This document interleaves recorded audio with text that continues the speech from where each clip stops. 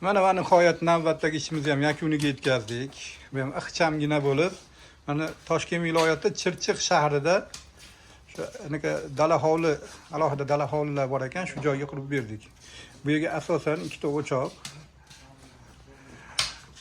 2 kilolik va 4 kilolik qozonlar. Ya'ni 12 litrli bilan 22 litr ham deb qo'yadi. Va mana bu ajoyib pampeski pechimizni ham tayyorlab berdik. Ko'rgan bo'lsanglar, ko'rinishi juda ham ixchamgina chiqdi. Bu yerda mo'ykamiz bo'ladi va bu yerda kattagina рабочий stol, ostrov.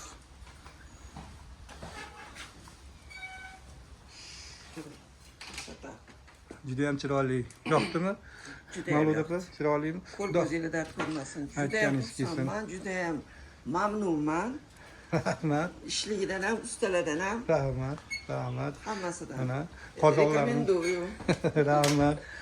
Kimga Biz biz ishlasharkan, juda akkuratli ishlasharkan. aytaverasizlar, qilib beramiz, chiroyli qilib beramiz. Mana agar ko'rayotgan bo'lsanglar, mana o'choqlarimizdan umuman tashqariga tutun chiqayotgani yo'q. Mana shu holatda sizlarga juda ham uzoq yillarga xizmatlar qilib beradi. Pampeski pechimiz ham xuddi mana shunaqa. Buni endi ishlatishi oson. Bir marta o'sha ko'rib nima qilganinglardan keyin bemalol ishlatib, buni 70-80 xil narsalar pishirsa bo'ladi. Go'shtlar pishirsa bo'ladi, tan, somsa pishirsa bo'ladi, non pishirsa bo'ladi, pitsa pishirsa bo'ladi. Bunga yana boshqa juda ko'p narsalar pishirsa bo'ladi. To'g'risi men o'zim ham bilmayman yana nimalar pishirishni, lekin grill, shashlik ham pishirsa bo'lar ekan setkada, haligi barbekyu setkasida. Shunaqa narsalar.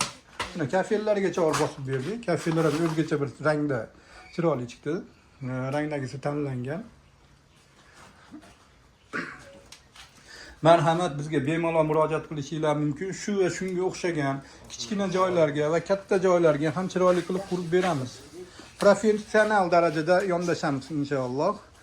Nomerlarimizni bir qator aytib ham ketamiz. 97 584 56 55, 94 704 0999.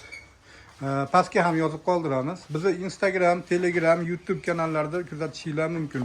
150 tadan ko'p videolar joylaganmiz. Rahmat, salomat bo'lasizlar. Bemalol murojaat qilishingiz mumkin.